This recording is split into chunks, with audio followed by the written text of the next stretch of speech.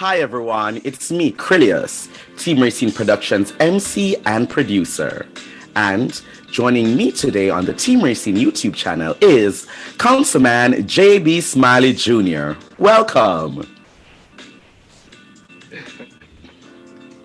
How you doing, Welcome, man? Councilman. How are you today? How you doing? Thank you. I'm well. I'm well. Yesterday was a pretty busy day for folks in Tennessee. There were local elections throughout the state of Those were Tennessee, local so it's pretty busy. elections. Mm-hmm. I was happy I wasn't Awesome. on the ballot. My hands were sweating like I was, but it's okay.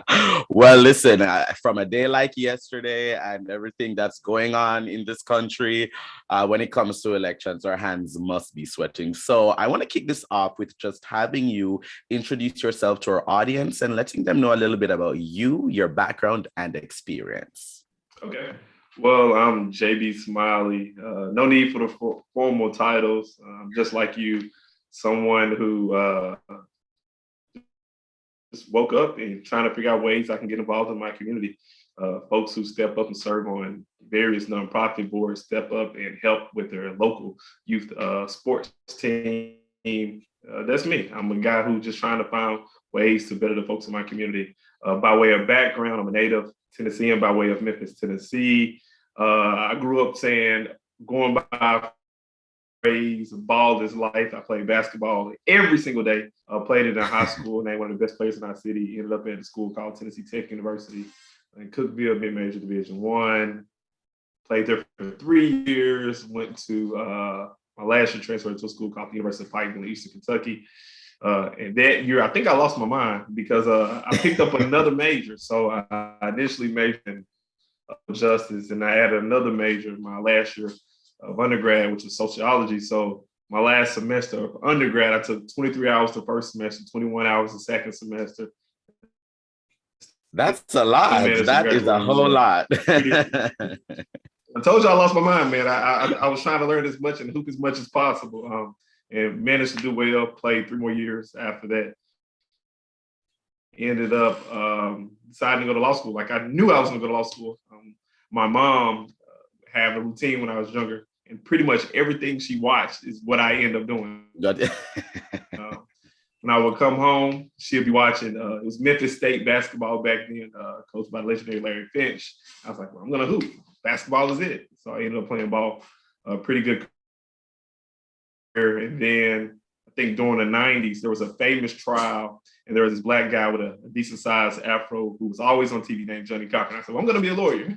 So that's the story. Went to law school, did pretty well in law school, graduated in the top third of my law school class.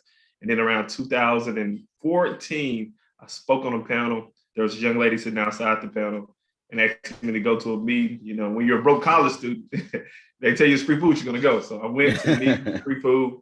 And what I did not know was a Democratic Party meeting. And, you know, the rest is history for me I in love terms it. of I love it. my term of service. And I moved back home, got to work, man. Got to work trying to figure out how I can move the needle. My family is from the poor zip code in our state, 3126, and just trying to find ways to bring representation to their community. Ultimately was elected to a super district position, which means I represent half the city of Memphis, so about 350,000 people. And then I think September, which was my 34th birthday, we announced our run for governor, running on the same issues, similar issues that I ran for when I was running for city council, just trying to put people in a better position. I tell people this all the time. When you serve in these positions, it's not about anything else but putting folks in better position. That's our role. So that's me. Certainly, certainly. Awesome, awesome. So as you said, you're running for governor of Tennessee. Yeah, Now, yeah, what that's was it about this year or this election cycle why you thought it was the right time for you to represent people, on this level?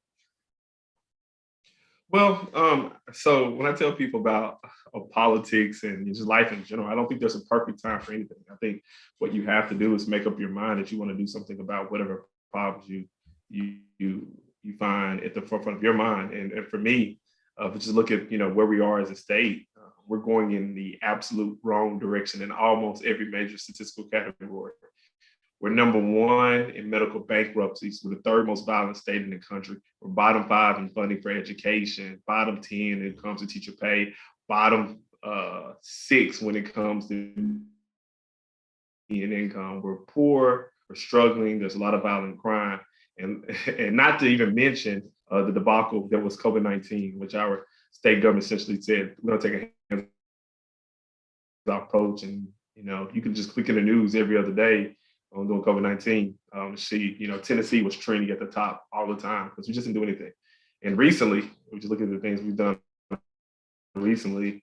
We've been in the news for a state legislator basically saying Hitler was a role model, introduced all types of legislation, banning books, to targeting the LGBT community. And it's my position that we should be a community that's inclusive and supportive of everyone, not alienating people just because they choose to live their life the way they want to live it. So, I'm just putting people in a better position. I tell people what I've done on the city council will translate well to governor. Every piece of legislation that I've passed on our city council is supported by both Democrats and Republicans, is because I believe in what seems to be an archaic term in Tennessee, which is common ground. We bring people together, and that's what we're about. And we've been doing it pretty consistently, pretty effectively across the state. Just look at the support that we're getting from West Tennessee to East Tennessee. You're not from Tennessee, but we have 3 grand divisions because West Tennessee is completely different from Middle Tennessee, and Middle Tennessee is completely different from East Tennessee.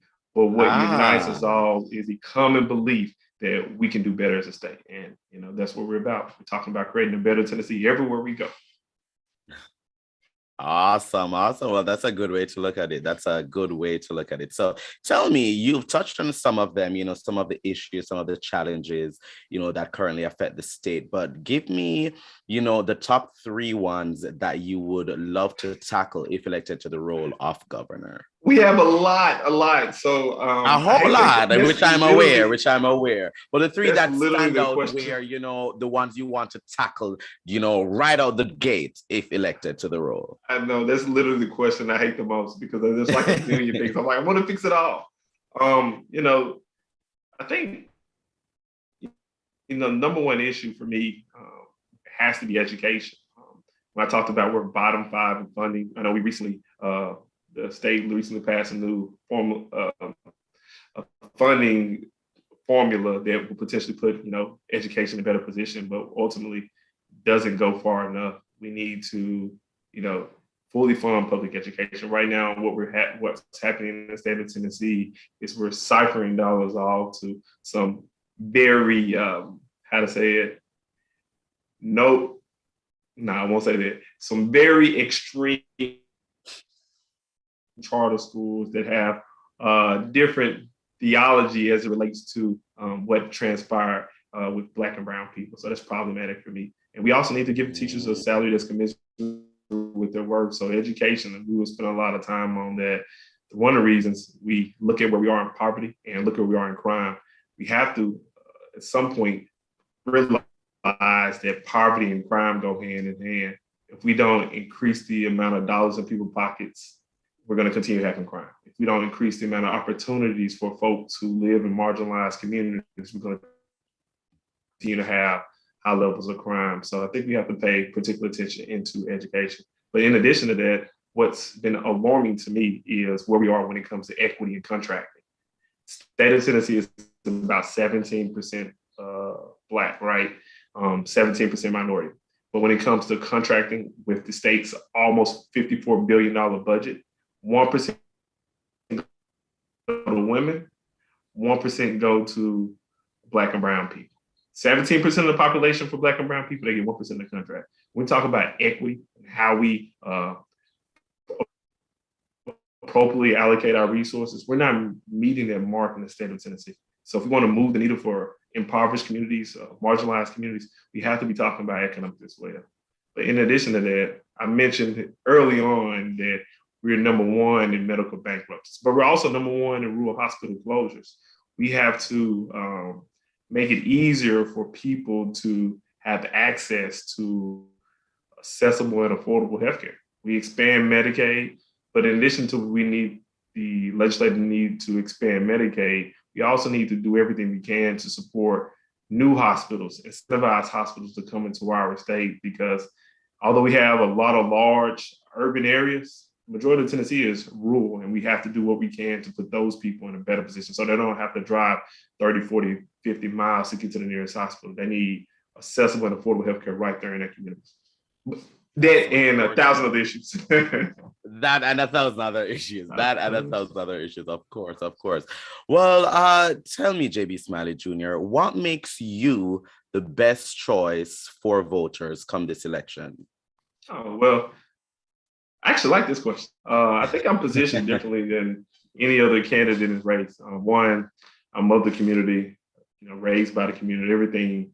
Everything that's about me is of the people. But in addition to that, one, I'm not a lifelong politician. I haven't been in politics long enough to be set in this particular way or being molded by the status quo.